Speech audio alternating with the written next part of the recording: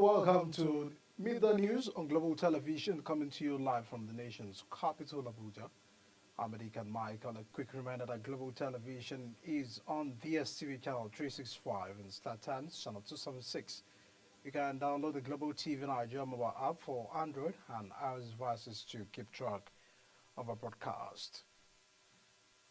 President Bola Tinubu has approved the appointment of new members of the Governing Council of the Nigerian Content Development and Monitoring Board. The appointment was disclosed by Tinubu's Special Advisor on Information and Strategy via Ononuga. Ononuga says Tinubu hid his efforts to reinforce the NCMB's capacity to grow. We'll bring those news and more after this break. Please stay with us.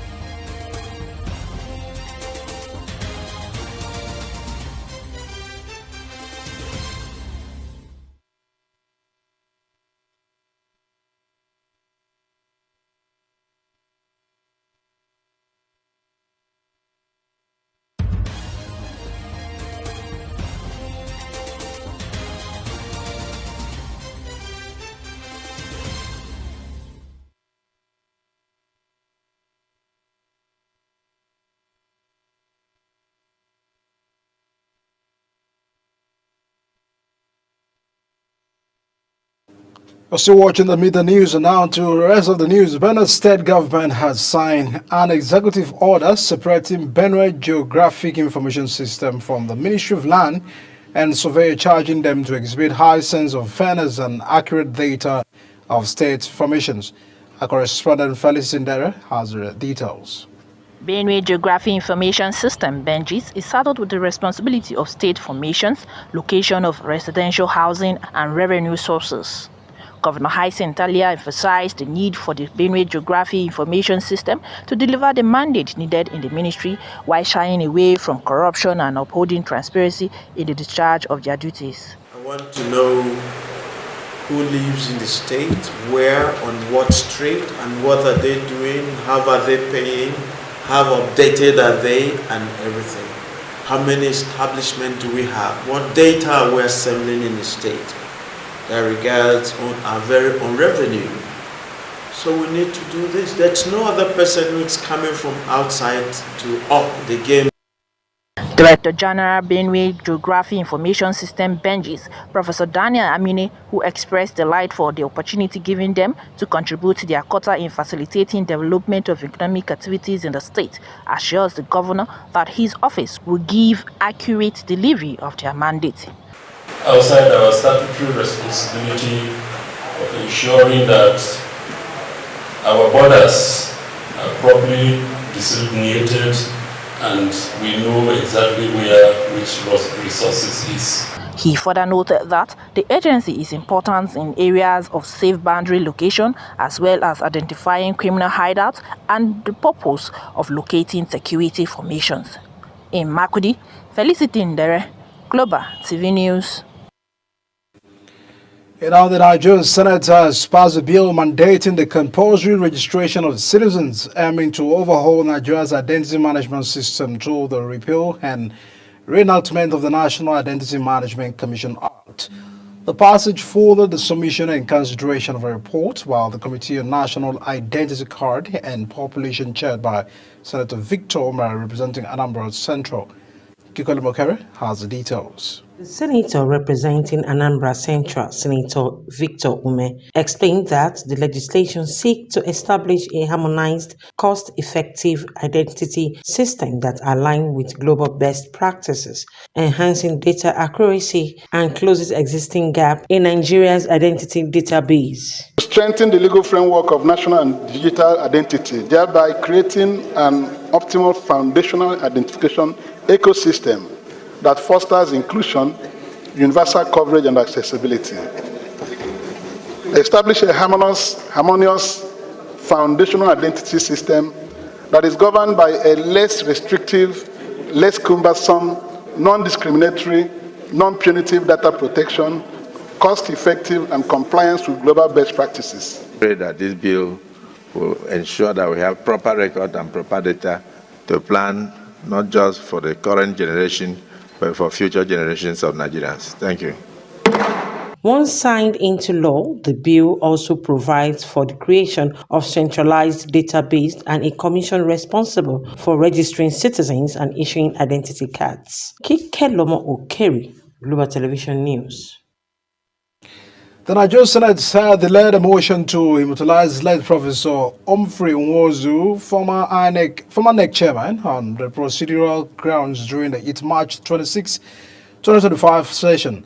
The motion, sponsored by Enia Baribe, senator representing Abia South, sought to recognize Nwozu for overseeing the June 12, 1993 presidential election, widely regarded as one of the Nigeria's fairest polls. Ramseno has the details.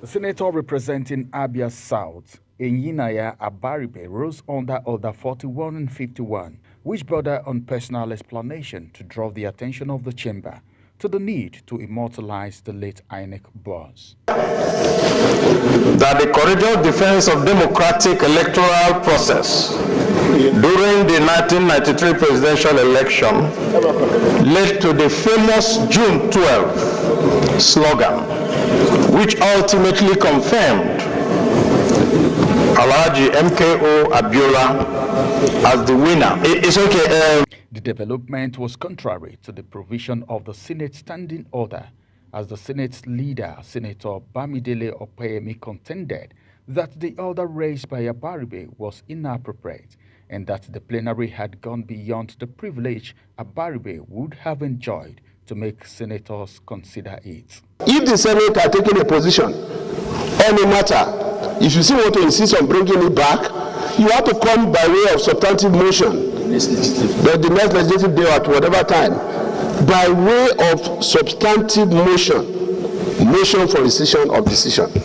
Earlier, the deputy president of the Senate declared the point of order as controversial and expressed skepticism of its approval by allowing Abaribe to speak to the order. I'll walk in line with whatever you decide. Of course, it's a bit controversial. Some see him as someone who truncated June 12. Some see him as a hero of June 12. So it's up to you. We'll put the question. Those in favor that this motion should go through, please say aye. Those against, say nay. The days have it. Reacting to the Senate leader's submission, Senator representing KB North, Yahaya Abdullahi, insisted that Abaribe should be allowed to speak on the matter despite not getting the order correct. Abaribe insisted that the motion to immortalize the late Nwosu wasn't a controversial one as posited by the deputy president of the Senate. If the Senate leader says that it doesn't follow, by the fact that a senator wants to make a personal explanation, you must give that senator a chance to make that personal explanation. We are not under a dictatorship, Mr. President. That is why I'm using 1B to come. The deputy president of the Senate, however, advised Abaribe to reintroduce the motion at the next legislative session. Jibrin upheld Bamidele's position and ruled that the Senate should proceed with its agenda. Against tomorrow, bring it to the rules and business, and then we'll look at it again. Your point of order is upheld. Beyond the Senate motion, Groups like the Coalition for Immortalization of Professor Humphrey Nwosu, former INEC chairman Professor Atahiru Jega, and current INEC chairman Mahmoud Yakubu have urged national honors, that is GCON, CFR, and renaming INEC's headquarters after him. Ramsey Enoch reporting for Global Television News.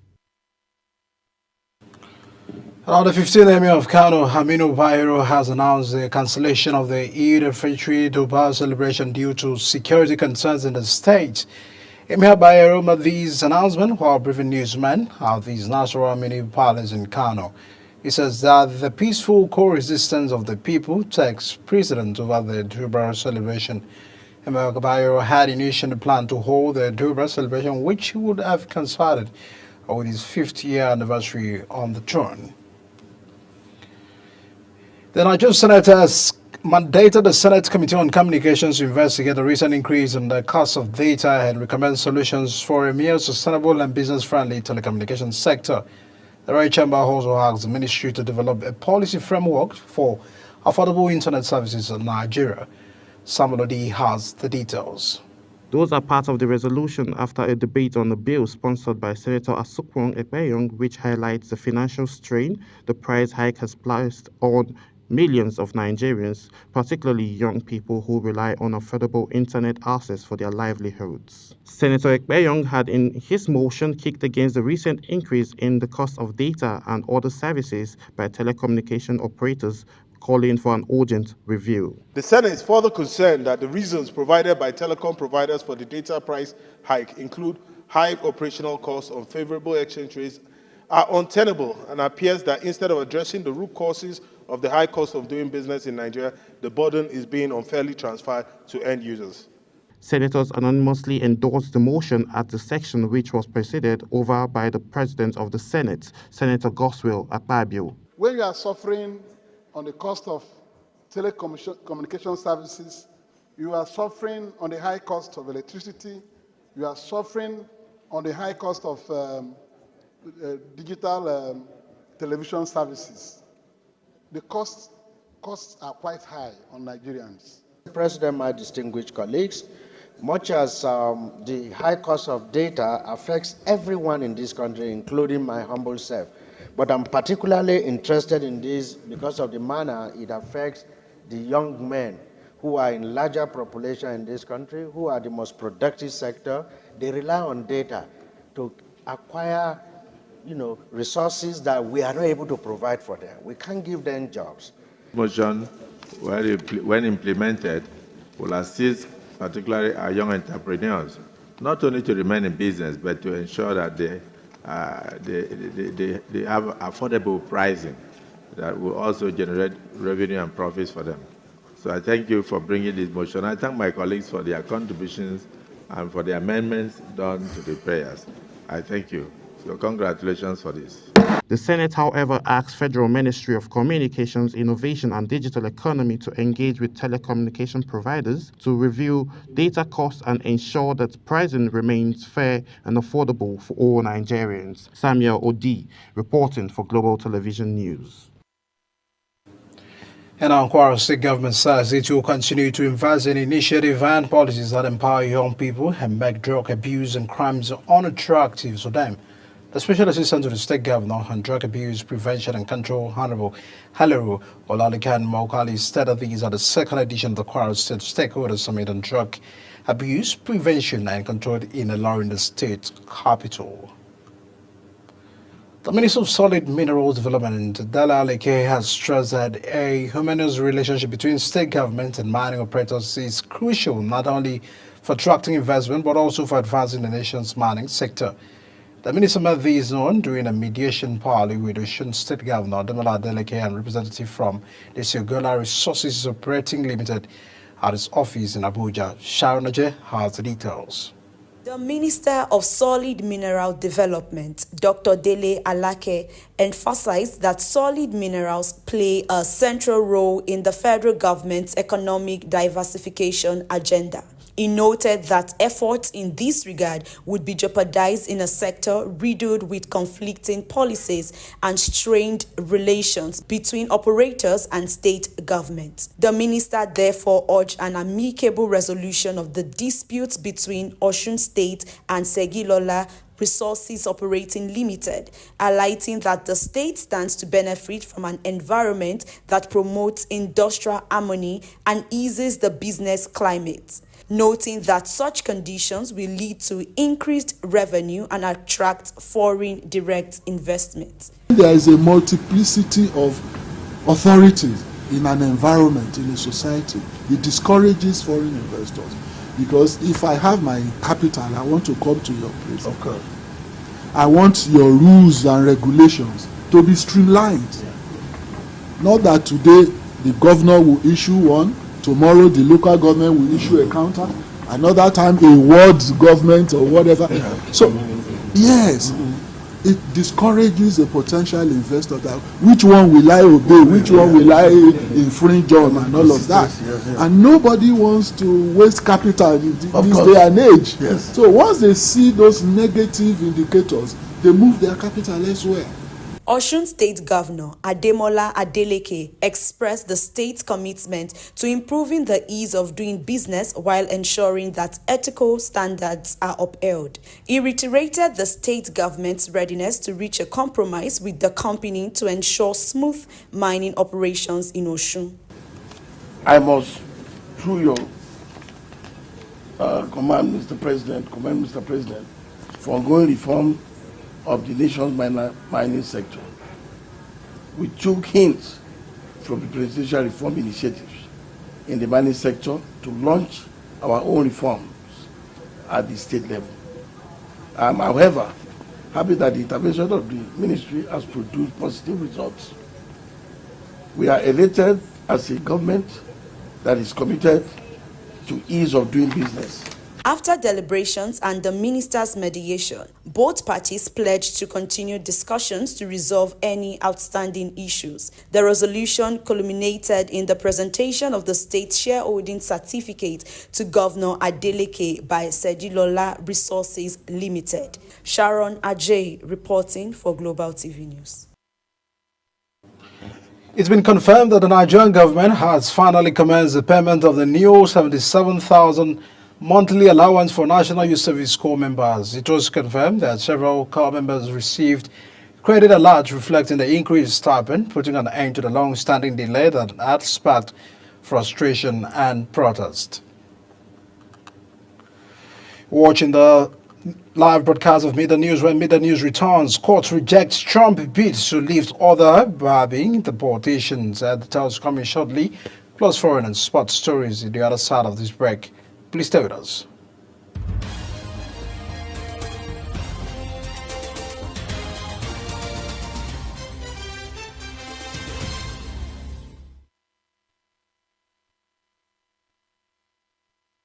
Welcome back. A bill for act to alter the Constitution of the Federal Republic of Nigeria 1999 to include citizenship by investment as one of the classes of citizenship in Nigeria scaled second reading at the House of Representatives.